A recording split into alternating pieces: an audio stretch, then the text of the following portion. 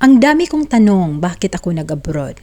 Bakit ako nandito sa malayo sa ilang taon ng aking pagsiservisyo dito sa ibang bansa? Oo, totoo. Totoo na malayo ako sa aking pamilya. Totoo na hindi ko nagampanan ang aking bilang isang ina na para maipalaki ko siya. Pero nandito ako dahil alam ko kung gaano kahirap.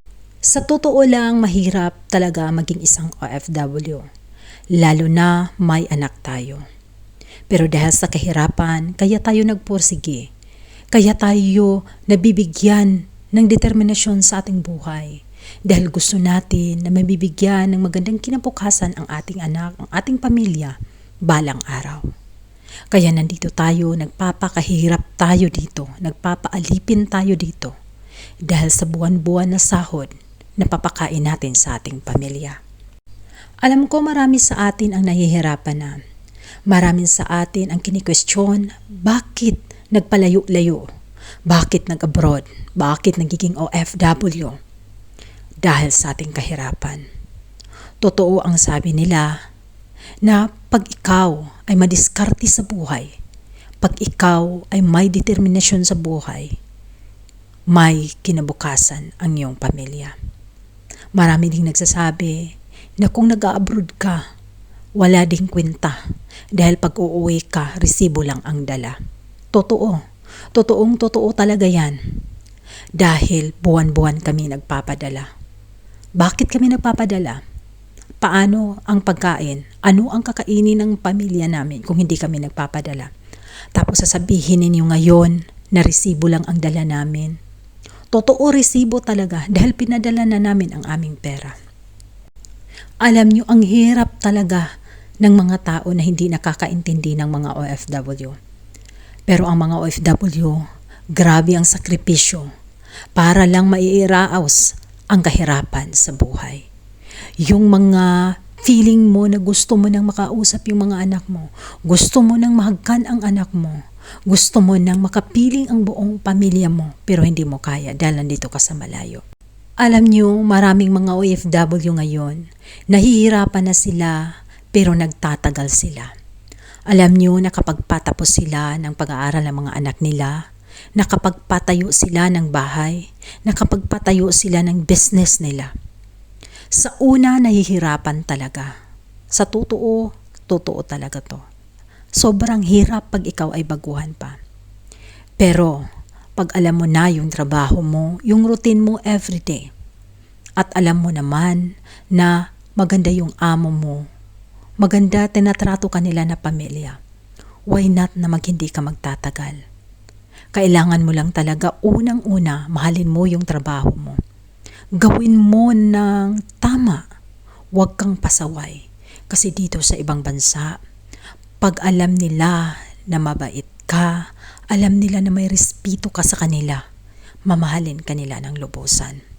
Maraming nagtatagal dito, hindi graduate, hindi nakapagtapos ng high school. Pero bakit hanggang ngayon nandito pa rin sila? Hindi hadlang kung wala kang profesyon. Hindi ka nakapagtapos ng trabaho mo. Hindi yan hadlang para ikaw ay mangibang bansa.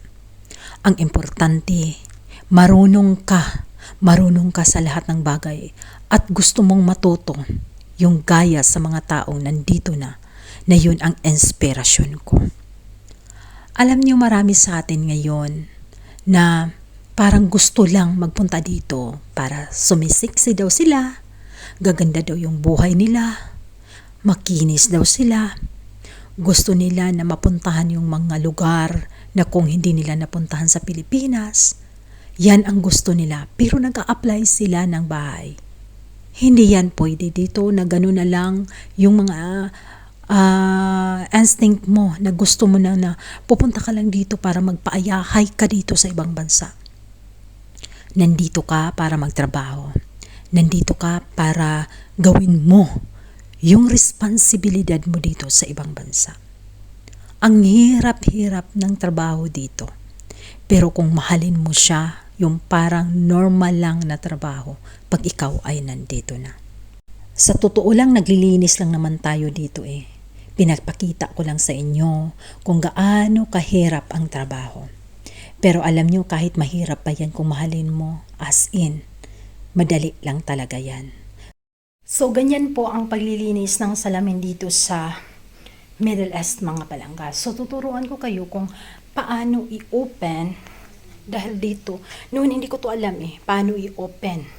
Kasi ito lang po yung ano niya, no? Key niya. Yan. Ito makikita ninyo. Ayan. Ito po siya. Ipasok mo lang po dito yan sa gitna. Okay? Tapos i-push mo siya. I-push mo. Tapos, iganyan mo. I-turn mo. Iikot mo. Tapos, buksan mo na. Ayan. Tapos, pagbalik mo ganyan. Tapos, ayan. Tapos, gusto mo naman na hindi siya open lahat. Hindi siya open lahat. Ang gagawin mo, ito siya, ipunta mo dito. So, ayan. Ayan. Tapos, iikot mo pa siya. Ayan. Tapos, ayan. So, yun lang po ang ma-open. Diba? Hindi siya yung open dito na pag ganyan. Ano ba ang tawag dyan? So, ayan lang mga langga. Tapos, ilak mo. Ganyan mo, ilak mo. Hanggang sa oh, ayan na. Hindi na siya mabubuksan. Lock na yan siya. Oh, hindi na yan mabubuksan mga langga, no? So, ganun po yung ano nila dito, sistema ng